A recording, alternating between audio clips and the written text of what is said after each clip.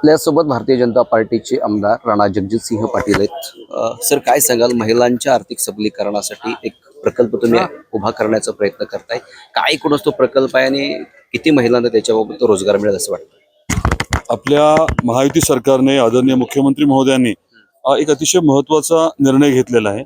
उमेद mall प्रत्येक जिल्ह्यामध्ये उभं करण्याच्या बाबतीत उमेद मॉलला साधारण 20 कोटीचा खर्च आणि अगदी वेगळ्या पद्धतीचा असा मॉल बचत गटांसाठी, म्हणजे बचत गटाच्या महिला जे काही उत्पादित करतात माल, तो विकण्यासाठी त्यांचं एक शाश्वत असं दालन जे आहे ते उपलब्ध होणार आहे, व्यासपीठ उपलब्ध होणार आहे।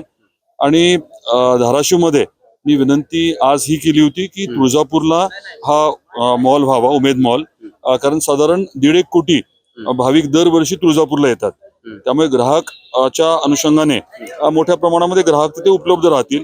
महिला बचत गटाची जी काही उत्पादनं आहेत ती विक्री करायला जास्त सोयीस्कर राहील, मोठ्या प्रमाणात विक्री होऊ शकेल। आणि मंत्री महोदय जयकुमारजीने या बाबतीत निश्चित सकारात्मक विचार करू असं सांगितलंय। आपल्याकडे जागाही उपलब्ध आहे, जिल्हा परिषदेने प्रस्ताव देखील दिलेला आहे, त्यामुळे मला खात्री आहे की तुळजापूरला हा जर मॉल आपण केला तर खूप मोठ्या संख्येने बचत गटांच्या महिलांना त्यांचं उत्पादन विकता येऊ शकेल।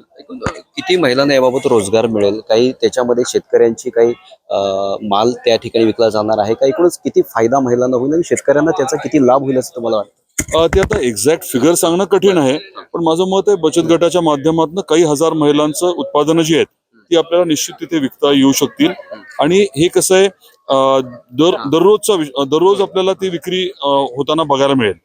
एरवी कसं असतं, महालक्ष्मी सरस किंवा इतर एक्झिबिशन मध्ये आठवडा 15 दिवस एक्झिबिशन असतं समजा, पण हे जे आहे ते 365 दिवस असणार आहे। त्यामुळे हक्काचं व्यासपीठ उपलब्ध होईल आणि महिलांना सक्षम आर्थिकदृष्ट्या करण्याचं जे पंतप्रधान महोदयांचं स्वप्न आहे, लखपती दीदी आपण जे म्हणतो, त्याला मोठी चालना मिळेल।